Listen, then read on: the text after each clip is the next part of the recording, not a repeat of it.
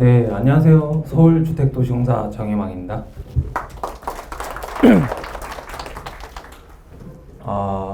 일단 서대문구도 저한테도 인연이 상당히 깊은데요.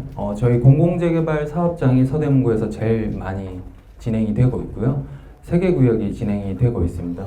그 중에 한 개 구역은 제가 직접 담당도 하고 있어서, 네, 저희 담당자도 지금 와 있는 상황이고요.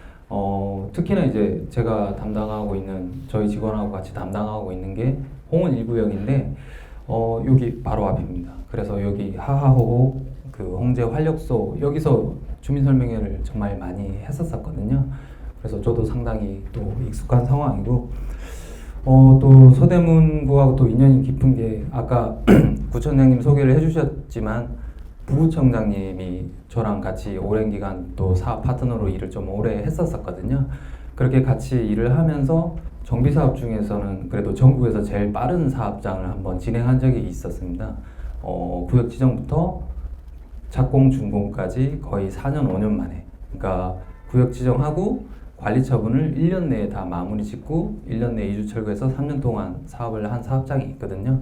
그때 이제 부구청장님이 적극적으로 이렇게 지원을 해주셔가지고 한 20년 30년 정체된 사업장이었는데 단기간에 마무리 지었던 적이 있었습니다. 아마 부구청장님도 그 정비사업에 대해서 워낙 이해도가 높으시고 구청장님께서 워낙 서대문구에서는 활성화하려는 의지가 상당히 깊다고 많이 들어가지고 주민분들도 많이 이렇게 오셔가지고 강의를 들으시는 것 같습니다. 정비사업은 이제 구청장님께서 말씀을 주셨지만 기본적으로 주민분들이 전반적인 이해도가 높아야만 사업이 원만하게 진행이 되거든요. 그래서 그런 부분들을 끌어올리는 차원에서 이 강의가 마련된 것으로 알고 있고요. 저같이 이렇게 좀 그 경력이나 이런 부분이 좀 미약한데 또 초대를 해주셔가지고 정말 감사하게 생각하고 있습니다. 공공재개발 사업 같은 경우는 일단 저희가 한 3, 4년 전에 아까 말씀드린 5년 만에 사업을 끝낸 사업을 모델로 해가지고 국토부로 처음으로 좀 제도를 좀 제안을 했던 사항이었고요. 당시에 정비사업이 좀 활성화되지 않았는데 그래도 이제 공공의 역할을 좀 강조하는 차원의 정책 발표들이 있으면서 저희가 시행자로 참여하면서 정비사업에서 가장 큰 문제점이, 조합 방식에서 가장 큰 문제점이 아무런 신용이나 담보, 특히 이제 자금 조달에 대한 능력이 없다는 거거든요. 그러다 보니까 이제 건설업자가 자금 조달하게 되면서 전반적으로 사업에 대한 그 시행자 역할을 조합에서 하는 게 아니라 건설업자가 하다 보니까 이 부분이 이제 정비사업에서 가장 그 사업의 독립성을 해치는 요소라고 판단을 해서 공공 시행자인 SH나 LH 같은 경우는 자금 조달 능력이 충분하니까 자금 조달을 시행자로 참여해서 적극적으로 하겠다. 그러면서 사업의 독립성을 확보하고 이 사업의 공공성뿐만 아니라 사업성까지 갖춰서 공공재개발이라는 제도를 좀 만들어주면 저희가 열심히 해서 참여를 하겠다 해가지고 2020년 5월 6일 날 대책이 발표되면서 제도화가 된 상황이거든요. 다만 이제 최근에는 이제 정책 기조가 좀 바뀌어가지고 민간 재개발이 아무래도 민간 재개발 재건축 쪽이 좀 더 이제 한꺼번에 좀 진행할 수 있는 사업이다 보니까 서울시에서도 신속통합계획이라는 제도를 만들면서 주민들이 SH나 LH는 이제 할 수 있는 사업장이 한계가 있다 보니까 전방위적으로 할 수 있게끔 조합에서 사업할 수 있도록 지원해주는 제도를 만들었고, 이제 공공재개발은 주택공급 확대 목적은 아니고 열악지역이나 취약지역 위주로 해가지고 조합 방식으로는 절대 갈 수 없는 사업장들, 저희가 처음에 아까 말씀드렸던 20, 30년간 장기 정체된 사업장들, 이런 사업장들 위주로 정리하는 걸로 그렇게 이제 정책 기준은 조금 바뀌고 있습니다. 그래서 어느 현장이나 다 공공재개발을 하기는 쉽지는 않은 상황일 것 같고요. 주민분들이 자체적으로 좀 하기 어려운 사업장들, 왜냐하면 이제 공적 자금도 많이 투입되고 인센티브도 좀 많다 보니까 선별적으로 좀 진행하려는 방향으로 바뀌고 있다고 좀 이해를 해주시면 될 것 같습니다. 제가 여기 오신 분들이 어느 정도 이제 정비사업에 대한 이해가 있으신지 몰라가지고 일단 준비는 했는데 좀 되게 좀 쉽게 좀 설명을 드리고 2차 시회 때는 질의응답 위주로 좀 진행하는 방향으로 해보겠습니다. 아마 지금 앉아 계신 분들이 정비사업에 대한 수준의 이해도가 상당히 다를 거기 때문에 필요하신 부분은 질문을 해주시면 2차 때는 좀 답변하는 방향으로 진행을 해보겠습니다.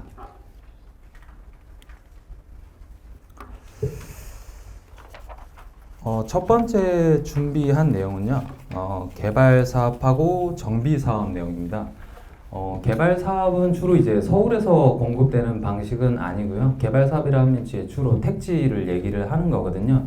과거에는 택지 공급이 위주였는데 지금은 서울에서는 정비 사업이 대다수 그 공급을 담당하고 있습니다. 다만 이제 요 내용을 정리를 해온 이유는 기본 방식 자체가 두 가지 방식이 이제 유사한 형태로 진행이 되는데 조금 차이점도 있고 왜 그런 차이점이 발생하고 정비 사업은 왜 다르게 운영이 되는 좀 이해하기 쉬운 내용으로 설명드릴 수 있을 것 같아가지고 정리를 해온 상황이고요. 보시면 이제 개발 사업 같은 경우는 뭐 이런 정비 사업 같은 경우는 기본 계획이라는 걸 수립해서 노후도나 뭐 정비를 해야 되겠다고 국가에서 판단을 하면 이 예정 구역이라는 제도를 뭐 정해가지고 이제 향후에 노후도가 쌓이면 구역 지정을 해서 가는 사업 형태로 가는데 개발 사업은 그런 게 없습니다. 바로 이제 구역 지정을 해가지고 구역 지정이 되면 시행자라고 하면 이제 택지 같은 경우는 SH나 LH가 되는 거거든요. 전체를 전면 수용해가지고 시행자가 소유권을 확보하도록 되어 있습니다. 그러면 요 단계에서 사실 소유권이 넘어가 버리는 상황이 발생하는 거고요. 그 이후에 요 설계라든지 공사할 수 있는 인허가를 받아서 이게 뭐 택지에 대한 인허가고 사업성에는 이제 주택건설에 대한 인허가입니다. 요거를 받아서 바로 착공에 들어가게끔 되거든요. 그렇다 그러면 이제 상당히 빠른 시일 내에 사업을 할 수 있다는 장점이 있습니다. 뭐 여러 가지 뭐 안 좋은 점도 있을 수 있지만 구역 지정이 되고 난 다음에 공공이 자금 투입해 가지고 소유권을 바로 확보하면 그냥 바로 착공을 할 수 있는 상황이 되거든요. 이렇게 되면 이제 문제점은 그 뭐 수용 방식이다 보니까 기존에 소유하고 계신 분들에 대한 반발은 있을 수 있지만 빠르게 사업이 착공되다 보니까 이게 사업의 불확실성이 상당히 떨어지게 되거든요. 그러다 보니까 뭐 안정감 있게 사업을 추진할 수 있는 부분이 있는 반면에 정비 사업 같은 경우는 구역 지정을 하고 난 다음에 이 소유권에 대한 부분이 정리가 없습니다. 이게 무슨 얘기냐면 토지 등 소유자가 끝까지 소유권을 유지를 하는 거거든요. 조합도 아니고 토지 등 소유자 개인이 소유권을 쭉 유지를 하면서 사업을 하게 됩니다. 그러다 보니까 이 소유권에 대한 부분을 토지 등 소유자가 갖고 있으면서 종전 자산에서 종후 자산으로 변동을 해야 되는 작업이 발생하는 거고요. 그리고 계획을 수립하고 난 다음에 이주 철거를 하기 때문에 기간이 상당히 소요가 많이 됩니다. 그러면 개발 사업 대비 정비 사업은 문제가 발생하는 부분이 뭐냐면 이 장기화되는 사업의 기간 때문에 이 구역 지정하고 난 다음에 시공자를 선정하고 착공하고 준공할 때까지 거진 뭐 10년 가까이 걸리다 보니까 이 공사비 변동에 대한 이슈가 상당히 많이 발생하거든요. 마찬가지로 사업성 변동에 대한 이슈도 상당히 많이 발생을 하게 됩니다. 그러다 보니까 이게 기간도 장기화되고 뭐 최근에 이슈도 많이 되다 보니까 다들 아시겠지만 주민분들이 그런 부분에 대해서 이해가 안 돼서 오해를 많이 하시게 되거든요. 처음에 이때 시공사를 선정하고 난 다음에 최종에 이제 정리가 될 때 공사비가 많이 점프가 되다 보니까 이 부분이 안 맞다라고 판단을 하시는 분들이 많으세요. 근데 이제 정비사업의 특징상 이렇게 소유권을 유지를 한 상태에서 종전자산에서 종후자산으로 변경하는 작업, 그 이후에 이주 철거가 이루어지기 때문에 여기서는 사실 요 실시계획 사업소인 이후에 시공자를 선정해서 바로 착공하거든요.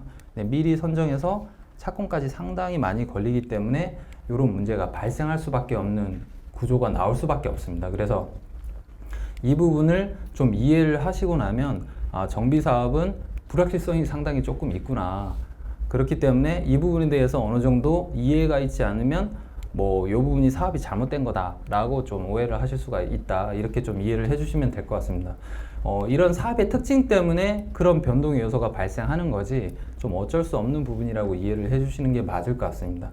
보시면 이제 이런 내용에 따라 가지고 특히나 이제 정비사업 같은 경우는 요 관리처분이라는 절차가 특히나 중요한 부분이고요. 요 관리처분이라는 절차가 있고 난 다음에는 요 종전자산에서 종후자산으로 변경하는 작업인 거고, 시행자는 이제 토지 사용권, 그러니까 시행자라고 하면 일반적으로 조합인 거죠.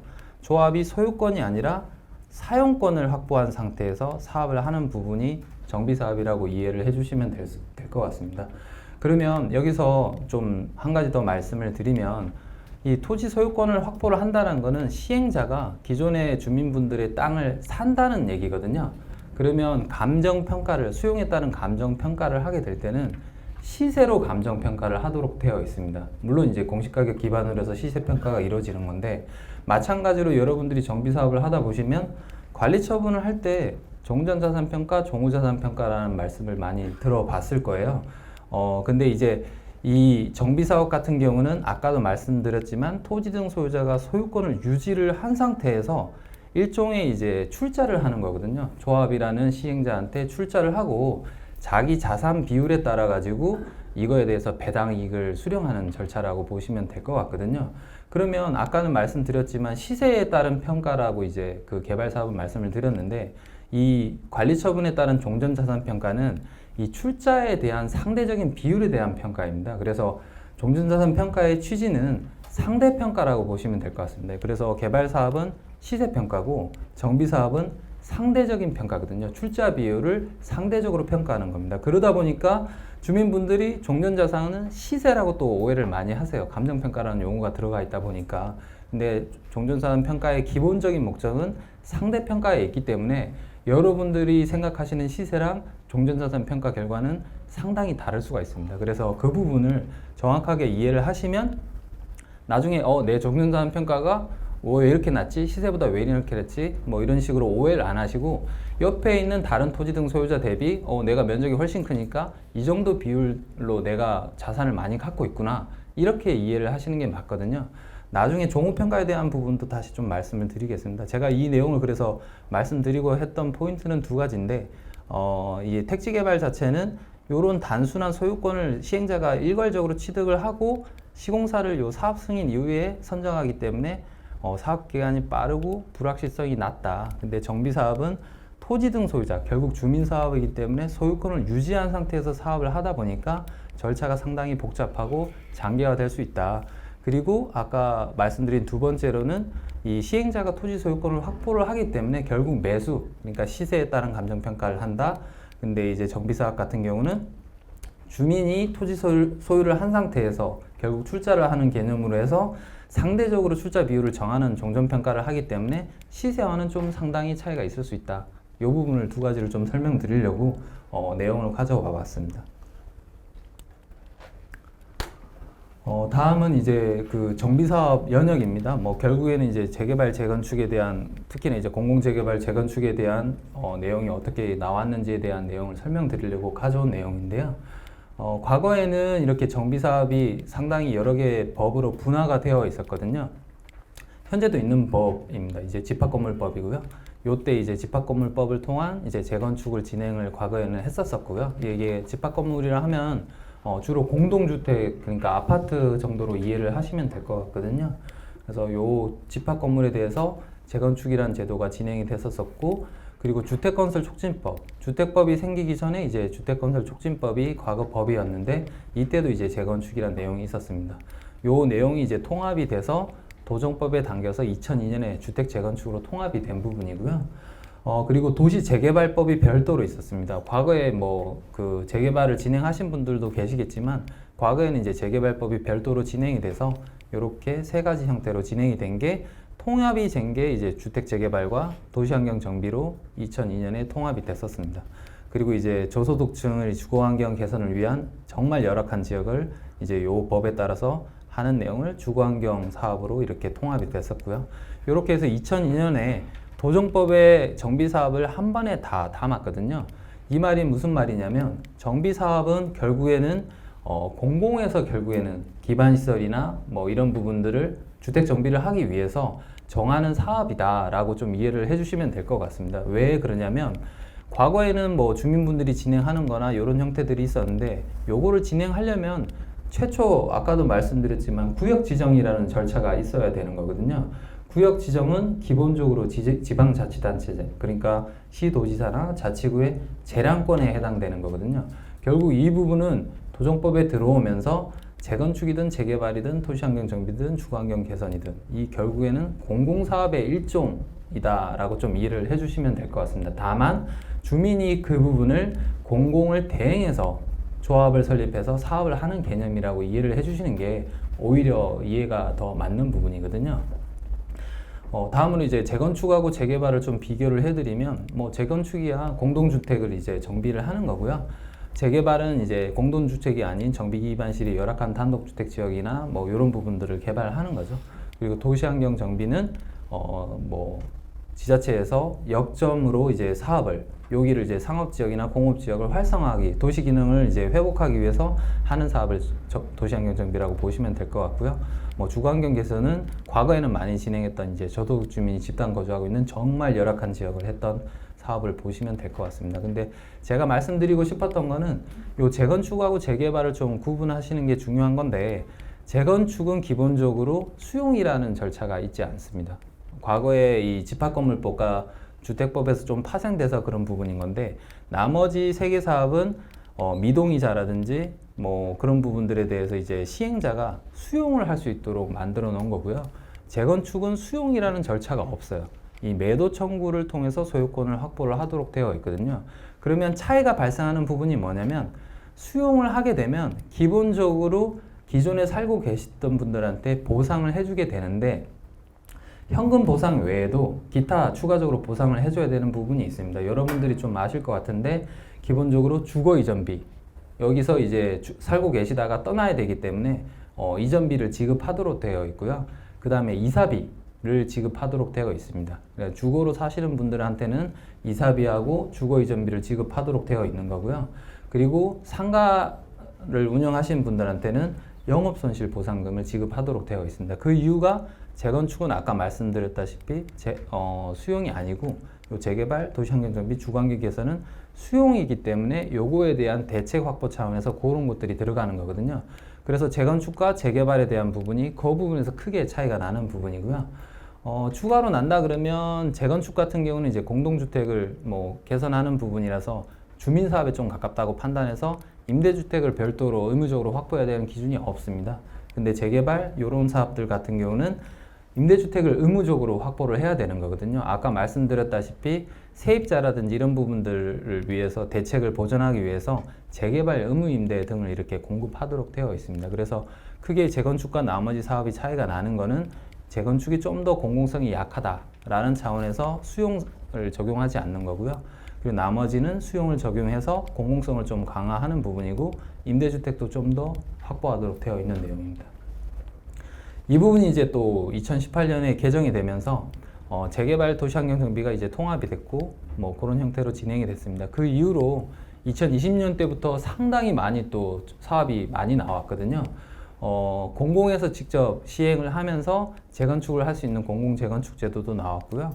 공공에서 또 재개발도 할 수 있도록 공공재개발도 나왔습니다. 여기서 더 헷갈리시는 거는 뭐 추가적으로 공공주택특별법상 도심주택복합사업, 그래서 공공재개발하고 비슷한데 도시 및 주거환경정비법이 아닌 공공주택특별법상 뭐 도심복합사업이라는 제도가 나왔고, 그리고 뭐 공공직접시행이라 그래서 이거는 법제화되진 않았지만 공공재개발, 재건축과 유사하게 공공이 직접 또 사업을 하는 형태로 또 발표가 되면서 여러분들이 재건축, 재개발만으로도 헷갈리는데 공공재건축, 재개발까지 나와서 정말 헷갈리게 바뀌었거든요. 근데 단순합니다. 아까 말씀드렸다시피 재건축하고 요 이하 부분이 구분되는 부분이라고 그 정비사업은 크게 이해를 해주시면 되는데, 공공재건축은 공공이 시행자일 뿐인 겁니다. 공공이 시행자일 뿐인 거고, 공공재개발도 재개발인데 공공이 시행자일 뿐인 겁니다. 다만 거기서 요건이 조금 있는 부분이고요. 인센티브가 조금 더 부여되는 부분 외에는 재건축, 재개발하고 절차나 내용이 절대 차이가 없습니다. 제가 뭐 요 강의 자료를 준비하면서 사실 공공재개발만을 설명드리려고 하면 설명드릴 게 거의 없어요. 왜냐하면 주택 재개발하고 똑같거든요. 그 요건 하나 정도밖에는 달라지는 게 없어서 뭐 저도 뭐 설명드릴 부분이 없다 보니까 전반적인 내용 위주로 좀 정리를 해온 거라고 이해를 해주시면 될 것 같거든요. 이 부분은 공공재개발, 재건축 이런 거랑 관계가 없습니다. 여러분들이 일반적으로 알고 계시는 정비사업은 무조건 조합해서 하는 거다 라고 이해를 하시는데, 원래 시행자는 4개가 가능했거든요. 도정법상의 조합도 가능했고 신탁사도 가능했고 토지 등 소유자도 가능했고 SHLH도 가능했습니다. 그래서 이 부분은 공공재개발 파트로 넣어놓지 않고 제가 정비사업 파트로 내용을 넣어놓은 이유가 있는 거거든요. 원래 있는 제도이기 때문에 그렇습니다.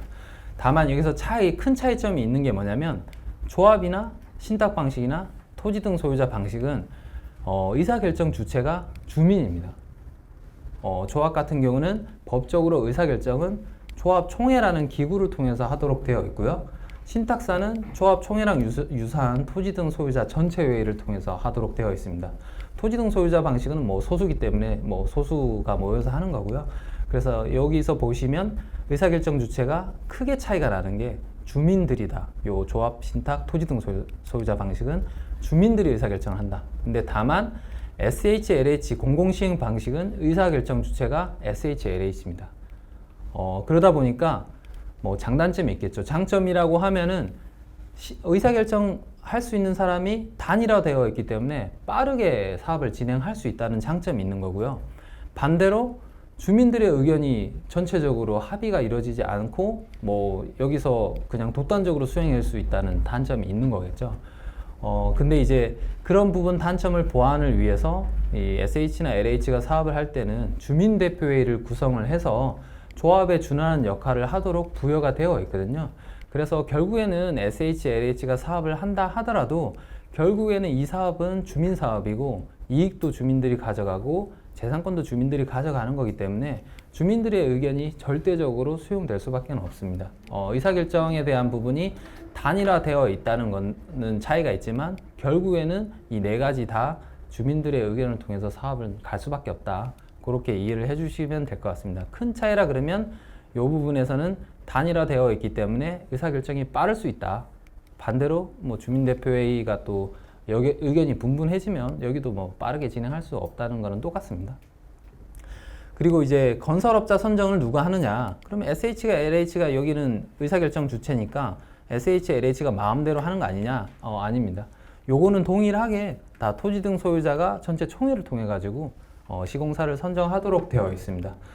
조합 방식이든 신탁이든 토지 등 소유자든 SH, LH든 이 건설업자 선정은 주민의 재산권 중에 가장 중요한 사항이라고 판단을 해서 법적으로 주민들이 선정을 하도록 되어 있습니다. 그래서 이 부분은 차이가 없다라고 보시면 될 것 같고요. 이제 큰 차이가 나는 부분은 동의율 부분인 건데요. 이 동의율이 차이가 나는 이유는 아까도 말씀드렸지만 SH, LH가 의사결정이 단일화되어 있잖아요. 결국에는 이게 단일화되어 있는 이유가 사업을 빨리빨리 하라는 거거든요. 장기 정체되고 오랫동안 묵혀있는 사업이기 때문에 빨리빨리 하라는 의미이기 때문에 동의율도 상당히 완화가 되어 있습니다. 일반적으로 조합을 설립할 때는 토지 등 소유자 4분의 3, 75%죠. 그리고 토지 면적 2분의 1 과반 동의가 필요한 거고요. 재건축 같은 경우는 추가적으로 또 동의가 더 있어야 됩니다. 동별 동의도 있어야 되고 주택단지 외에 단독주택 부지가 포함이 된다 그러면 또 거기에 4분의 3의 동의가 별도로 필요하거든요. 그럼 이제 뭐 상당히 재건축이 지연될 수 있는 소지가 있는 부분이고요. 신탁 방식은 동의율이 더 강화가 되어 있습니다. 이 조합 방식의 동의율 플러스 토지 면적 3분의 1을 신탁회사에 신탁을 해야 되는 상황이거든요. 그러면 이 부분이 오히려 신탁사가 동의율이 상당히 높은 부분이고요. 토지 등 소유자는 별도 시행자를 만들지 않기 때문에 동의는 불필요하지만 마찬가지로 사업시행인가 신청할 때 동일한 동의를 받도록 되어 있는 부분입니다. 가장 차이 나는 부분은 그래서 공공시행일 때는 이 4분의 3이 3분의 2로 떨어집니다.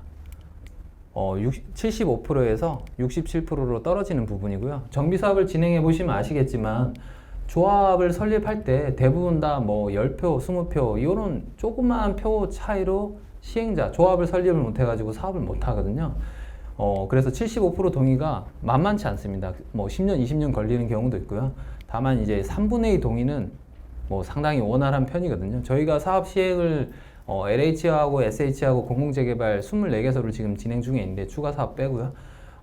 한 시행자 지정에 대한 부분은 그래도 한 10% 정도는 3분의 2 충족은 못했고요. 한 90% 가까이는 거진 한 6개월 내에 대부분 시행자 지정을 받아서 사업을 하고 있는 상황입니다. 그래서 75%와 67%는 솔직히 말씀드리면 상당히 천지 차이라고 볼 수 있고요.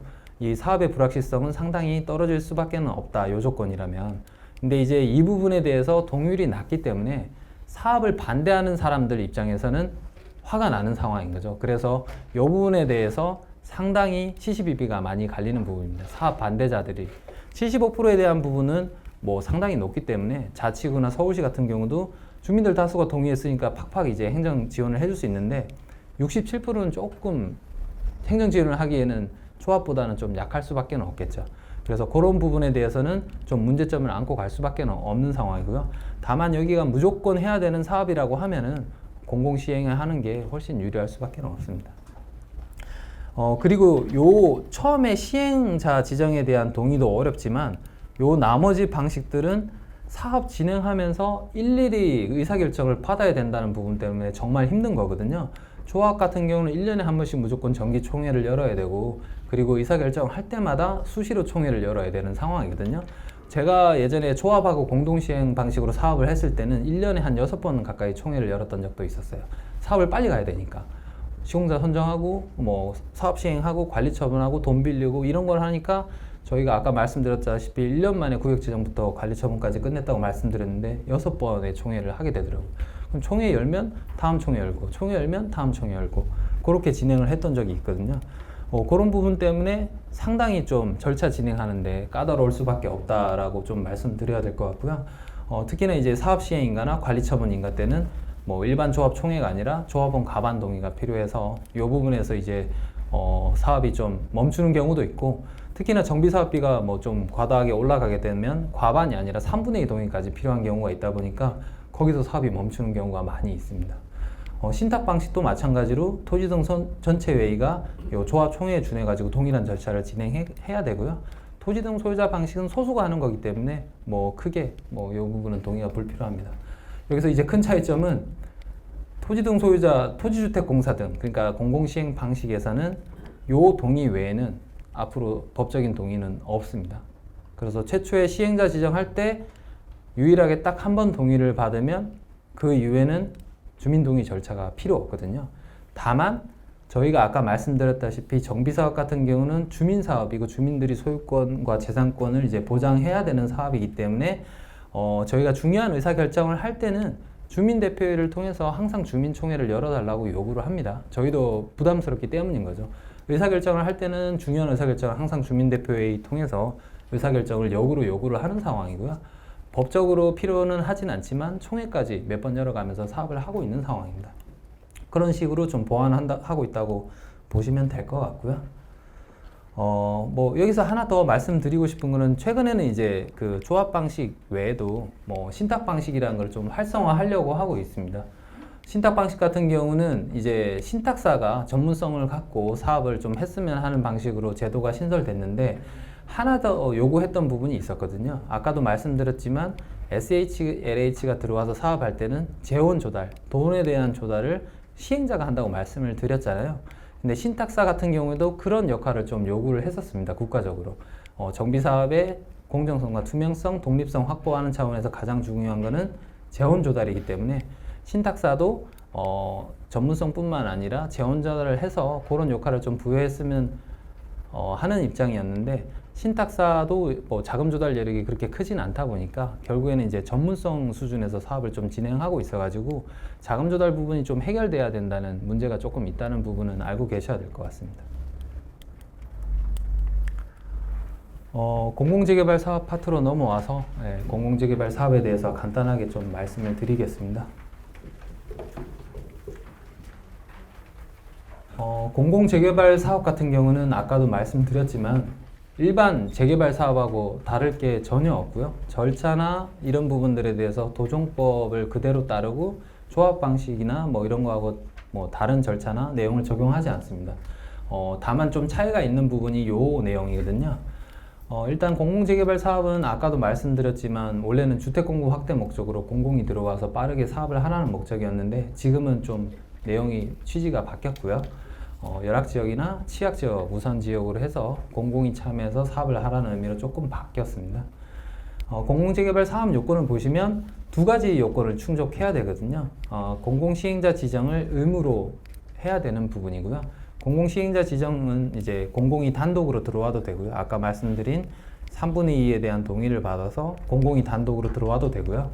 조합을 설립하고 난 다음에 조합원 과반수의 동의를 받아서 SHLH와 공동으로 시행을 해도 요건을 충족합니다. 그래서 조합 방식도 가능하고 공공시행 방식도 가능합니다. 그래서 공공시행자가 시행자로 들어오기만 하면 요건은 충족되는 거고요. 둘 다 사례는 있습니다. 그리고 공적주택을 공급해야 되는 부분인데 전체 세대의 20% 이상은 공공임대로 공급을 해야 되는 거고요. 그리고 토지 등 소유자 분양분을 제외한 나머지 주택 50%는 공적주택으로 공급을 해야 됩니다. 이 내용이 되게 어려워 보이는데 사실 이 부분은 민간 재개발하고 거의 차이가 없어요. 왜냐하면은 일반적으로 전체 세대 20% 이상 공공임대를 공급하는 부분은 민간 재개발에서는 재개발 의무임대가 세대수의 15%를 공급하도록 되어 있거든요. 거기서 15%를 충족한다고 보시면 될 것 같고요. 그리고 용적률을 올리면 올릴수록 그 용적률의 반 정도를 임대주택으로 또 공급하도록 되어 있습니다. 민간 재개발도. 그 두 가지를 합하면 20%가 다 넘어갈 수밖에 없습니다. 그래서 요 요건을 민간 재개발 대비 추가적으로 확보해야 되는 사업장은 없더라고요. 그리고 저희가 24개 사업장을 진행을 했지만 민간 재개발 대비 공공임대가 늘어나는 사업장은 없었습니다. 그리고 여기서 좀 헷갈리는 부분이 이 공적주택이라는 건데, 공적주택은 이런 공공지원 민간임대, 공공임대, 지분형 주택 요 세 가지를 공적주택이라고 법적으로 정의를 하고 있거든요. 여기서 가장 큰 부분은 아까 세대수의 20%를 공공임대로 공급해야 되는 부분이 여기 중복으로 계산이 됩니다. 그러면 여기 토지 등 소유자 분양분을 제외한 50% 부분에서 가장 크게 차지하는 부분은 요 공공임대 포지션이거든요. 그래서 공공임대에서 가장 많이 차지하고 있고 나머지 부분에서 공공지원 민간임대를 공급하도록 되어 있는데 이 공공지원 민간임대가 익숙하지 않으실 수는 있습니다. 근데 요 공공지원 민간임대는 일반적으로 과거의 준공공임대, 최근에 바뀌어서 장기 일반 민간임대 요거랑 똑같은 거거든요. 다만 이제 그거는 개인이 운영한다 그러면 요거는 법인이 운영하는 민간임대일 뿐입니다. 그리고 이제 일반 분양하고 큰 차이가 없는 게 일반 분양 가격으로 매각을 하도록 되어 있고 10년이나 최근에 정책이 발표돼서 이제 좀 의무기간이 지나면 분양 전환을 해서 결국에는 분양 물량으로 바뀌는 물량이거든요. 그래서 결국에는 여기서 이제 공적주택을 공급을 하도록 되어 있는데 단기적으로 민간임대가 들어가는 부분 외에는 실질적으로 이제 민간 재개발하고 크게 차이는 좀 없기는 하더라고요. 저희가 실제로 사업을 돌리다 보니까.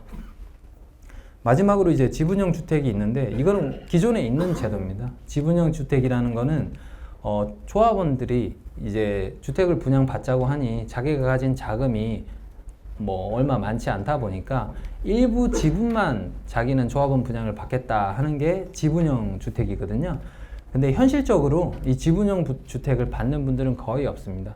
자기가 금액을 50% 낼 수 있다고 하면 나머지 50%는 대출을 받아서 내는 형태로 많이 하기 때문에 정말 특수한 조건이 아니라 하면 지분형 주택을 선호하지는 않으시더라고요. 그래서 이 부분은 거의 반영이 안 될 가능성이 높고요. 결국 이 두 가지 형태가 공적 주택으로 공급이 된다고 보시면 될 것 같습니다. 그래서 이렇게 충족이 되면 공공재개발이라고 이제 사업 형태를 명시를 해주게 됩니다. 그러면 아까 말씀드린 여러 가지에 대한 인센티브나 이런 부분들이 추가적으로 부여된다고 보시면 될 것 같고 절차나 이런 부분들은 민간 재개발하고 동일하다고 보시면 될 것 같습니다. 공공재개발 사업의 절차입니다. 절차를 보시면 제가 색깔을 알록달록하게 이렇게 표시를 좀 해왔거든요. 이 이유가 좀 있는 건데 이렇게 이제 하늘색으로 표시를 한 부분은 법적인 절차가 아닙니다. 법적인 절차가 아니고 서울시에서 방침을 통해서 그냥 운영을 하고 있는 거라고 보시면 될 것 같고요. 나머지 이후부터는 다 법정 절차입니다. 다 법정 절차이고 여기서 또 색깔을 이렇게 좀 진한 녹색으로 해놓은 부분은 민간 재개발하고 공공 재개발하고 법적인 절차가 차이가 나는 부분을 좀 이렇게 노란색하고 녹색으로 좀 표시를 해놓은 부분이고요. 그리고 이렇게 주황색으로 표시를 해놓은 부분은 주민분들의 그 권리관계와 사업성에 영향을 미치는 절차에 대해서 주황색으로 표시를 해놨습니다. 이 부분에 대해서 좀 의미가 있게 정리를 해온 거고요. 보시면 이제 최초 공공재개발 같은 경우는 서울시에서 후보지를 선정을 하고 주민설명회를 하고 난 다음에 아까 말씀드린 조합이나 주민대표에 준하는 주민 대표 기구를 임시로 만들도록 되어 있습니다. 그래서 실질적으로 사업이 법적으로 진행되기 전에 주민하고 서로 의사소통을 하기 위해서 준비위원회라는 부분을 구성을 하도록 되어 있고요. 그 다음에 이제 구역 지정을 받기 위한 절차로 사전기획이라는 절차를 진행하도록 되어 있습니다.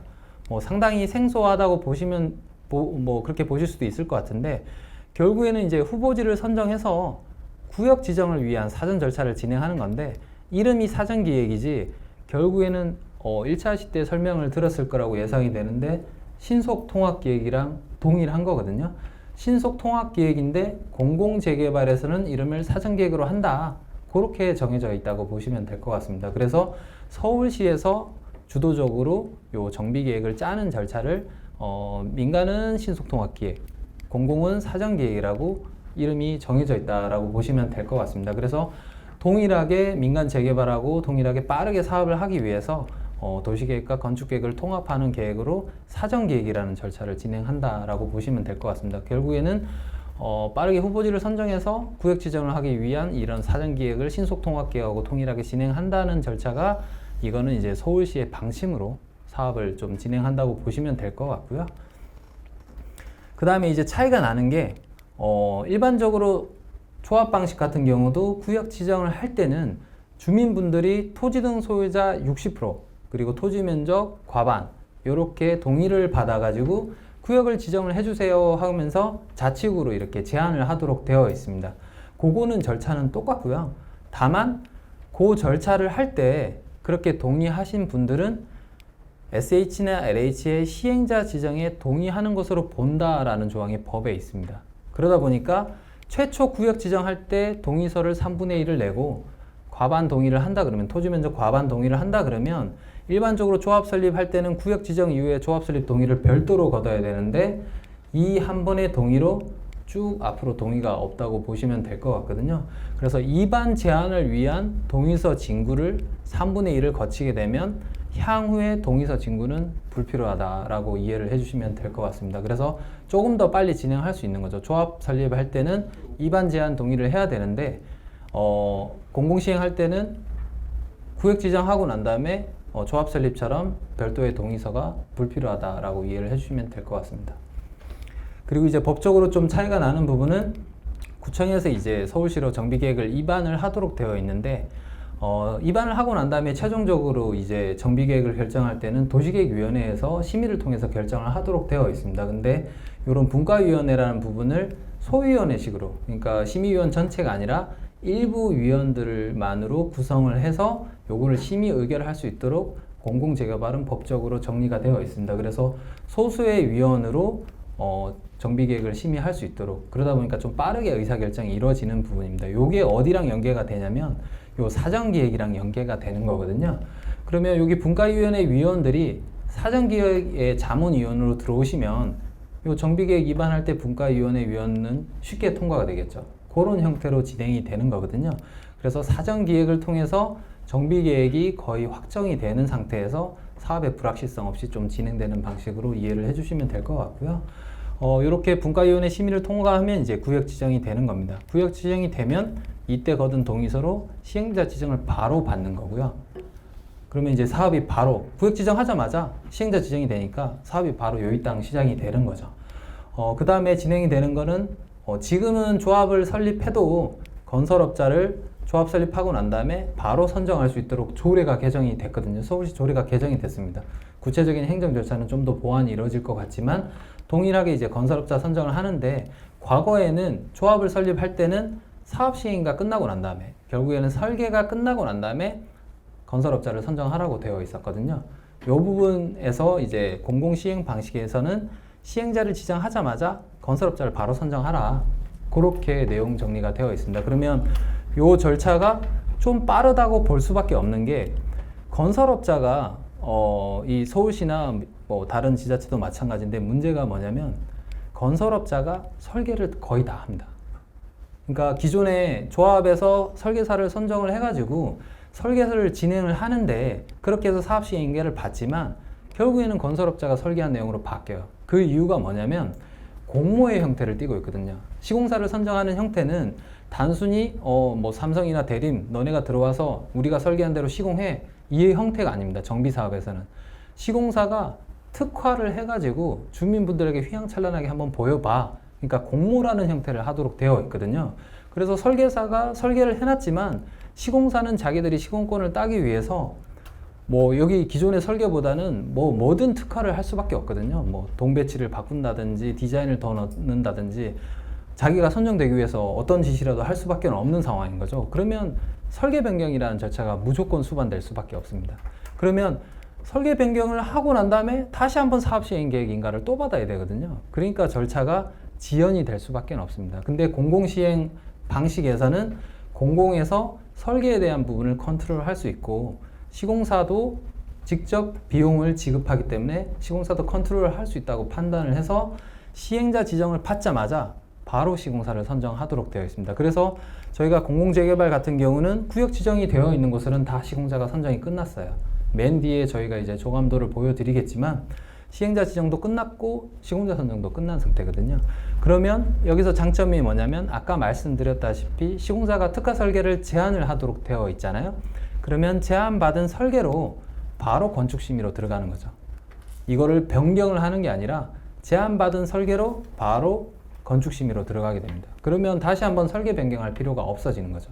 사업기간 단축 효과도 있는 거고 그리고 공사비 변동에 대한 요소도 상당히 줄어들 수밖에 없는 거거든요.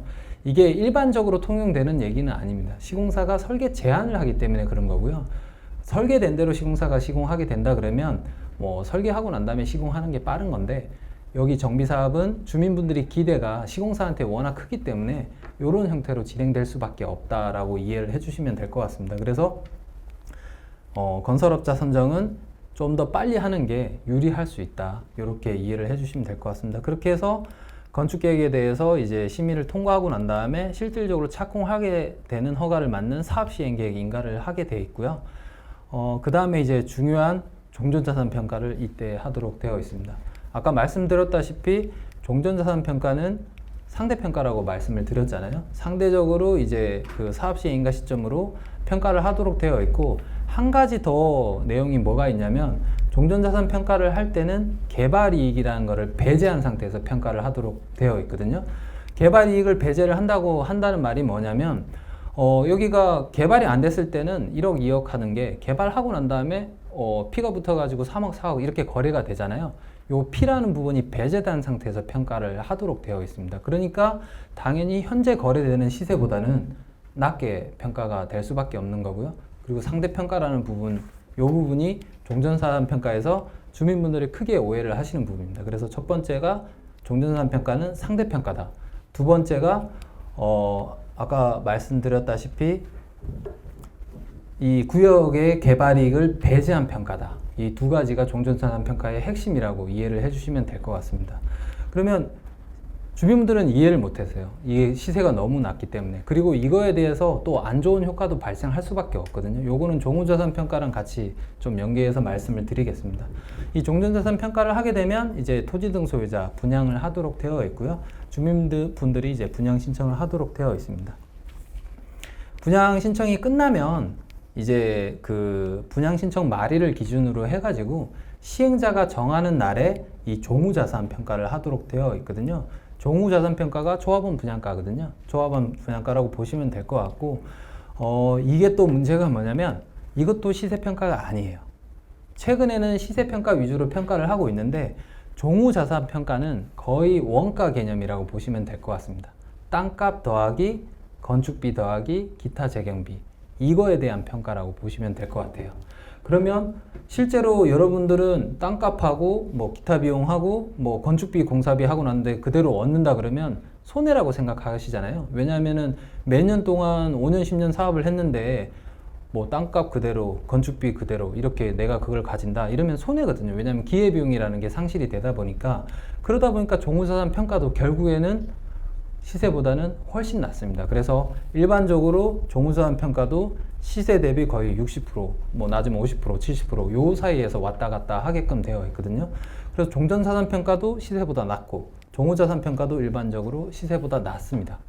그래서 이 부분에 대해서 주민분들이 상당히 오해를 많이 하시는 상황이고요. 다만 요거는 이제 조금씩 시세 위주로 좀 조정하려는 게 이제 평가 업계에서 좀 추진하려고 하고 있는 상황인 것 같고요. 그럼 여기서 문제가 뭐냐면 이 종전자산 평가가 시세보다 낮고 종전자산 평가가 시세보다 낮기 때문에 요 부분은 대토지 소유자, 대상가 소유자한테는 절대적으로 불리할 수밖에 없습니다. 정비 사업은 이제 결국에는 주민 동의를 통해서 이루어지는 사업이잖아요. 다수가 동의를 해서 결국 가는 사업인데 다수는 결국에는 소지분자들이 대다수일 거예요. 그래서 소지분자들한테 좀 유리하게 될 수밖에 없는 방식이에요. 그러니까 자기 자신이 뭐 100원을 갖고 있는데 요 분이 50원으로 평가받는 거랑 1억을 갖고 있는데 5천만 원으로 평가받는 거는 확연히 차이가 나는 거잖아요. 그래서 사실은 100원짜리는 50원으로 평가받으면 사실 큰 차이가 없는 거거든요. 근데 나중에 종후 자산을 분양을 받을 때 시세는 10억인데 5억에 분양을 해줘요. 그러면 이 사람은 그냥 5억만 내고 이 집을 사는 개념이 돼버리는 거거든요.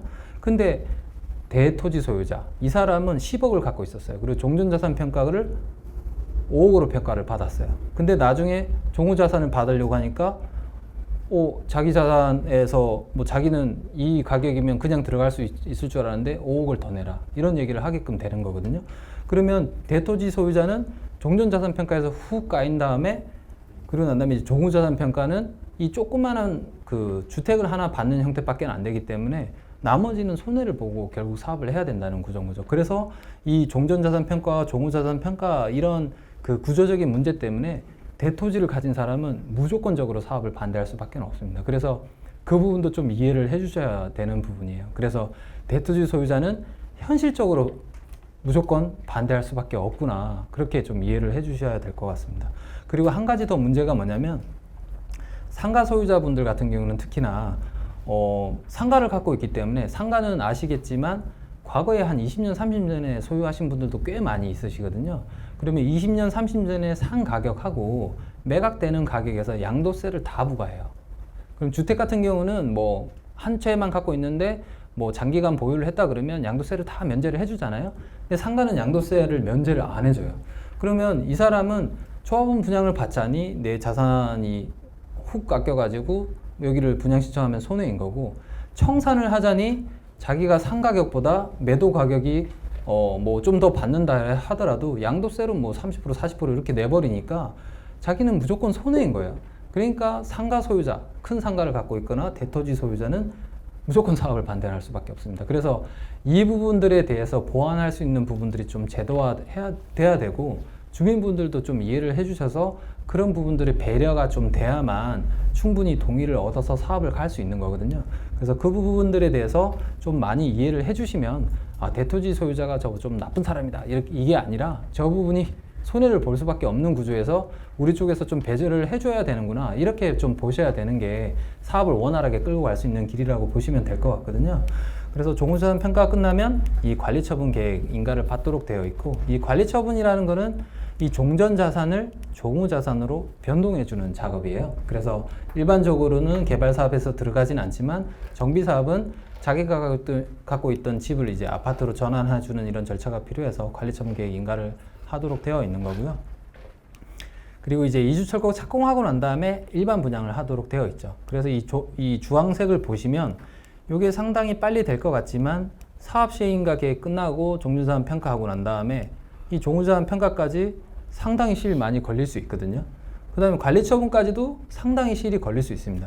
이주철거는 재개발은 기본적으로 2, 3년 걸린다고 보시면 될 것 같고, 일반 분양도 착공 이후되니까 여기서 여기 턴까지 거의 뭐 짧으면 4, 5년, 길면 10년 가까이 걸리는 거거든요.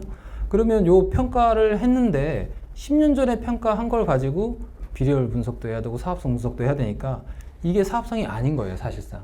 그러니까 비례율이라는 게 결국에는 허수일 수밖에 없습니다. 이 종전자산 평가는 시세보다 낮게 평가를 하는데 한 5년, 10년 전에 평가한 가격인 거예요. 그러니까 요 비례율이라고 표현되는 거는 그냥 내가 내가 이제 출자한 금액에서 배당을 얼마 정도나 추가적으로 받을 수 있느냐, 요거에 대한 내용이지 사업성이랑 연계하는 거는 조금 안 맞는 거예요. 여러분은 이제 비례율은 사업성이다, 이렇게 이해를 하시는데 기본적으로 비례율의 분모인 종전자산 평가 자체가 거짓말이고, 그 다음에 비례율 자체가 이런 장기화 되는 것 때문에 사업성이랑 연계가 될 수 없다, 그래서 비례율로는 사업성을 평가를 할 수가 없습니다. 결국에는 본인이 평가를 하셔야 되는 거는 지금 내가 갖고 있는 아파트, 내가 갖고 있는 빌라나 단독주택 시세가 얼마냐, 그리고 추가적으로 사업을 진행해서 아파트 시세가 얼마냐, 요거에 대해서 내가 부담할 여력이 되고 시세 상승에 대한 부분이 보장이 될 것 같다. 그거에 따라서 사업을 하는 거지, 이 비례율이 100%다, 120%다, 130%다. 그러니까 내가 동의하자. 이거는 조금 안 맞다는 거예요. 그래서 요거를 한번 일치를 한다 그러면, 동일 시기에 일치를 한다 그러면 비례율이라는 게 사업성으로 의미가 있지만 이게 일치가 되지 않기 때문에 절대 사업성이 될 수는 없습니다. 이 부분을 이해를 하시고, 비례율에 대해서 사업성하고 좀 연계하는 부분은 좀 안 맞다고 좀 이해를 해주시면 될 것 같습니다. 그리고 특히나 비례율을 계산할 때 종후자산 평가를 이용해서 수입 부분을 책정을 하거든요. 이 종후자산 평가가 60%, 70% 낮은 가격이기 때문에 이거를 수입 금액 그대로 또 판단하실 수도 없는 거죠. 그래서 비례율은 사실 사업성이라고 볼 수는 없습니다.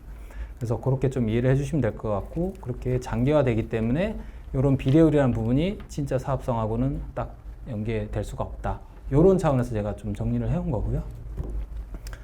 다만 공공재개발 파트니까 다시 한번 말씀을 드리면, 정비사업 절차는 동일하게 진행을 하는데 공공재개발에서는 동의서 진구가 한 번으로 끝난다. 최초 한 번으로 끝나고 건설업자 선정도 시행자 지정하고 난 다음에 빠르게 선정해서 설계 변경 없이 갈 수 있다. 최소화 해가지고 갈 수 있다. 그리고 심의도 개별 심의가 아니라 교통, 환경, 그리고 학교, 건축 심의 이런 거를 개별적으로 받는 게 아니라 위원들 한 번에 모아놓고 한 번에 심의를 하거든요. 여기서 가장 예민한 게 학교 관련 심의예요. 학교 관련 심의가 200m 안에 정비사업 구역 200m 안에 정비사업을 하게 되면 학교 관련해서 평가를 받도록 되어 있고, 그걸 교육청에서 심의를 하도록 되어 있습니다. 이 부분에서 대부분 다 층수가 깎이고 사업이 안 되고 하는 건데, 이 부분이 이제 한 번에 건축 심의를 할 때 학교 위원까지 와서 심의를 하기 때문에 그거에 대해서 한 번에 피드백을 받아서 사업을 할 수 있는 절차가 있다. 공공재개발에서는 이런 차이가 있다. 마지막으로 좀 말씀을 드리겠습니다.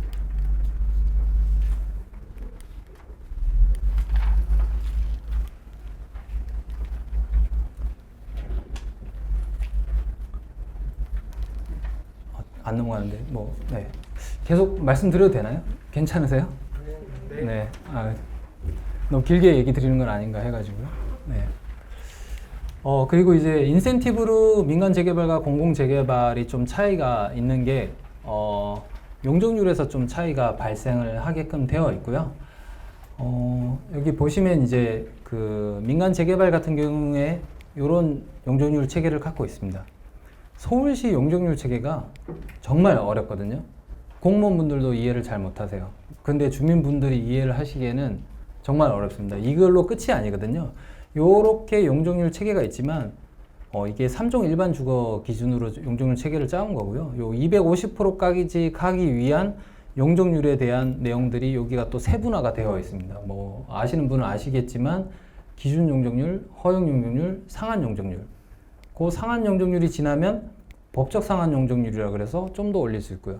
공공재개발 같은 경우는 법적 상한 초과 용적률이라 그래서 좀 더 또 올릴 수 있습니다. 그러면 용적률 체계가 총 4가지예요. 4가지 맞나? 4가지예요. 네. 5가지죠. 이 5가지를 이해를 하기가 정말 힘들거든요. 근데 그렇게까지 다 이해하실 필요는 없을 것 같고요. 3종 일반 주거지역 같은 경우는 기부 체납을 하면 250% 정도 수준까지 용적률을 올릴 수 있다 정도로만 이해를 하시면 될 것 같거든요. 근데 기부 체납이 낮으면 한 230 정도까지 떨어지게 됩니다. 그래서 한 250 기부 체납을 좀 많이 하면 250까지 갈 수 있는 부분이고요. 이 250%까지 가게 되는 거를 정비계획 용적률이라고 법적으로 부릅니다. 서울시는 이거를 상한 용적률이라고 부르고 있고요. 그래서 정비계획 용적률과 상한 용적률은 같은 개념입니다. 그래서 기부 체납을 통해서 용적률을 정하는 게 정비계획 용적률이고요. 요 숫자를 제가 좀 어려운 개념이지만 말씀드리는 이유가 이 정비계획상 용적률의 세대수의 15%를 재개발에서는 공공임대를 공급하도록 되어 있거든요. 요게 재개발 의무임대입니다. 세입자들에 대한 이주 대책을 위해서 임대주택을 확보하는 재개발 의무임대고요. 요 부분에 대해서 임대주택 확보 조건은 공공재개발하고 동일합니다. 동일하고요. 그러면 250%에서 이 250%는 숫자는 사실 조례에서 3종 일반 주거지역, 그러니까 서울시에서 용적률을 좀 규제를 해놓은 용적률이고요. 법적으로는 3종 일반 주거지역은 300%까지 갈 수 있거든요. 그러면 250에서 300%까지 올라갈 수 있는데 여기서 그래서 법적 상한 용적률이라고 표현을 하는 거고요. 이 정비계획 용적률에서 법적 상한 용적률까지 갈 때 50%는 분양으로 돌릴 수 있고 50%는 공공임대로 돌릴 수가 있습니다. 그러면 분양가 자체가 뭐 상당히 높게 분양할 수 있다 그러면 용적률이 올라가면 올라갈수록 이득일 수밖에 없거든요. 다만 이제 분양가가 평당 한 뭐 2천, 3천 이상이 안 된다 그러면 이 공공임대에 대한 매각 가격이 거의 공짜예요. 공짜로 줘야 되는 거기 때문에 손해가 날 수도 있어요. 그래서 과거에 그 재개발에서는 특히나 이제 분양가가 낮은 재개발에서는 요 내용을 적용할 수 있음에도 불구하고 요거를 적용하면 손해여서 안 했었어요.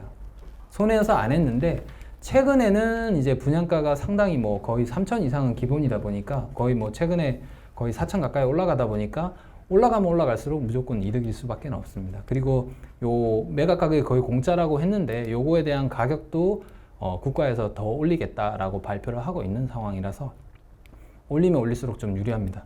그래서 요 그 용적률 체계상 정비계획 용적률 이하로는 세대수의 15%의 공공임대, 재개발 의무임대를 공급하도록 되어 있고 정비계획에서 법적 상한까지 갈 때는 이 공공임대, 법적 용어는 국민주택 규모 주택을 연면적의 50%를 확보를 하도록 되어 있습니다. 요 두 개가 같은 공공임대지만 시행자 입장에서는 차이가 있을 수밖에 없는데 요 공공임대는 땅값을 받을 수 있는 임대주택이에요. 서울시로 매각을 하는데 땅값을 받는 임대주택인 거고 요 임대주택도 마찬가지인데 땅값을 못 받는 임대주택이에요. 그래서 요거는 사실 일반 분양 가격하고 뭐 차이는 나지만 그래도 어느 정도 보전이 된다. 이 부분은 보전이 안 됩니다. 그래서 요 나머지 50% 일반 분양가가 어느 정도 확보가 돼야만 이거는 올라가면 올라갈수록 유리하다. 근데 다만 최근에는 이제 그 정비사업은 주택 공급 확대 목적이 강하기 때문에 최근 정비사업들은 대부분 다 요 법적 상한을 하도록 유도를 하고 있습니다. 서울시에서 심의를 할 때. 그러면 공공재개발에서 차이점은 뭐냐면 요 300%까지 가는 거를 360%까지 올릴 수 있습니다. 최근에는 이제 고밀개발 형태를 많이 하려고 하는데 요런 정비계획 용적률에서 거의 100% 이상 가까이 50%를 요 공공임대로 공급하고 일반 분양을 넣을 수 있도록 요 부분을 반영을 하고 있습니다. 이 부분은 근데 이제 선택사항인 거고요. 이 360%를 적용받은 사업장은 뭐 24개 중에 한두 개밖에 없습니다. 대부분 다 300%가 적정하다고 봐서 300%로 가고 있고요. 다만 이제 그 요거가 좀 파격적으로 적용될 수 있는 게 도시정비형이거든요. 용적률이 뭐 500%, 600%, 1000% 가까이 갈 때는 요 부분이 무조건 유리하거든요. 그래서 저희가 하고 있는 사업장들이 최근에 용적률이 뭐 600%, 800%, 1100%도 있거든요. 그거에 있어 가지고는 요 부분이 이제 역할하는 부분이 상당히 커지게 되는 부분이고요. 그래서 공공재개발에서는 오히려 도시정비형 이런 용적률이 올라가면 올라갈수록 좀 유리한 구조로는 나올 수는 있습니다. 그래서 사실 여기 보시면 뭐 세대수 15% 확보하는 조건이랑 용적률이 올라갔을 때 50%를 확보하는 조건은 똑같아요. 뭐 사실상 법으로는 예전에 법 개정할 때 참여를 해서 상당히 유도를 했었었는데 이 50%를 임대주택을 확보를 하는 게 아니라 법적으로는 20에서 50이라고 되어 있어요. 그래서 20%까지 임대주택을 줄일 수 있도록 법으로는 되어 있어요. 다만 그 범위를 조례로 위임을 해놨는데 서울시 조례상으로 40에서 50% 그러니까 좀 더 줄일 수 있는 여지를 좀 더 마련해놨거든요. 그래서 보시면 아시겠지만 임대주택이 민간 재개발보다 오히려 적습니다. 비율 자체가. 그래서 민간 재개발보다 이 수익성이 좀 더 확보될 수밖에 없는 거고 이 공공지원 민간 임대는 들어갈 수밖에 없지만 뭐 이런 계산식에 따라서 들어갈 수밖에 없지만 일반 분양가랑 동일하다 보니까 사실상 일반 분양이라고 보시면 될 것 같거든요. 여기서 추가적으로 원래 공공재개발이 수익성을 확보하는 거는 요 내용 용적률 인센티브 외에도 분상제 면제가 있긴 했었죠. 근데 최근에 서울시의 강남 3구를 제외하고는 분상제 적용 지역이 다 풀렸기 때문에 그 부분은 이제 동일하다고 보시면 될 것 같고 뭐 한 가지 더 차이점이 있는데 그거는 다음 페이지에서 좀 설명드리겠습니다.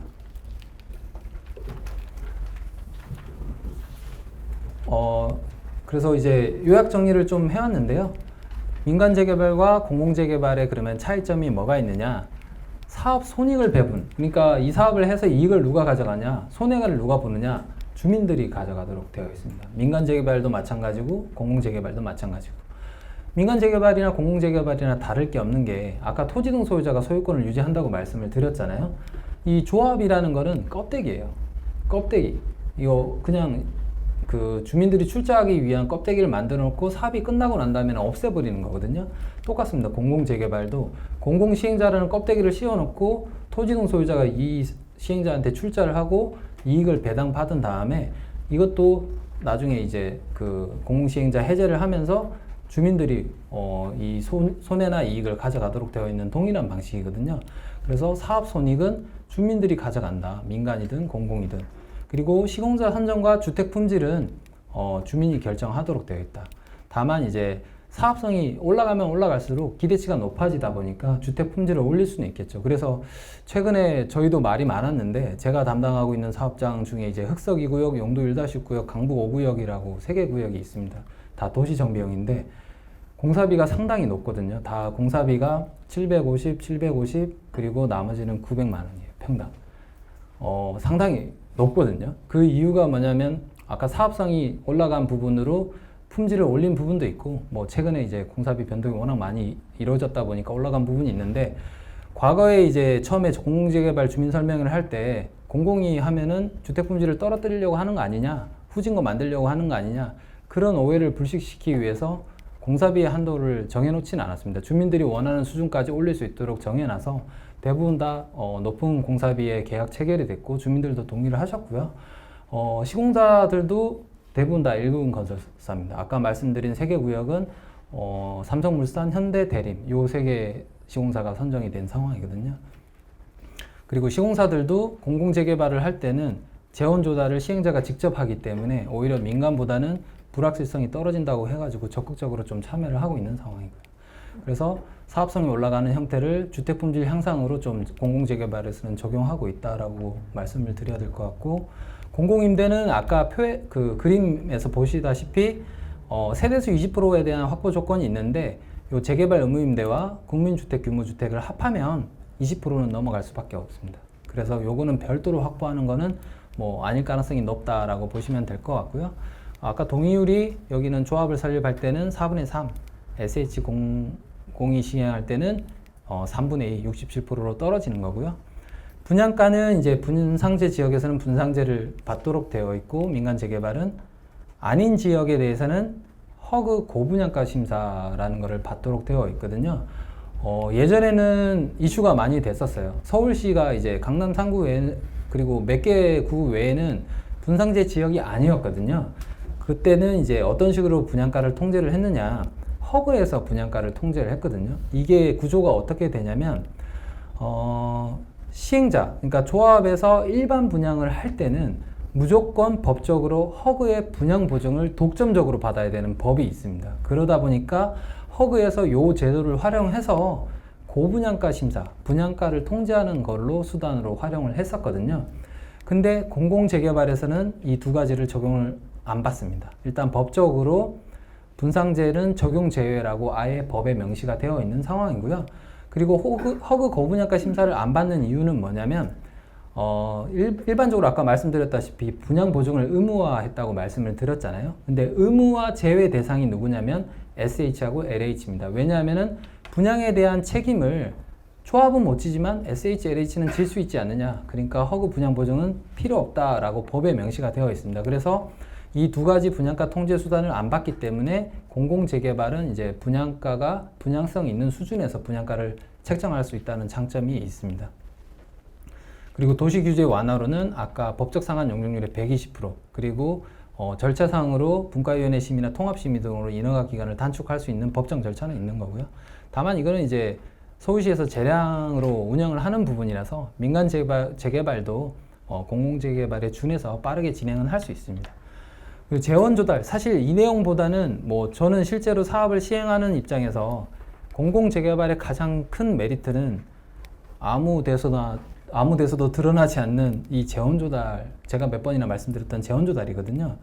조합은 아까도 말씀드렸지만 담보나 신용이 없습니다. 그래서 결국에는 건설업자가 들어와서 자금을 대여해 주면서 분양불로 사업을 하도록 되어 있는 거거든요.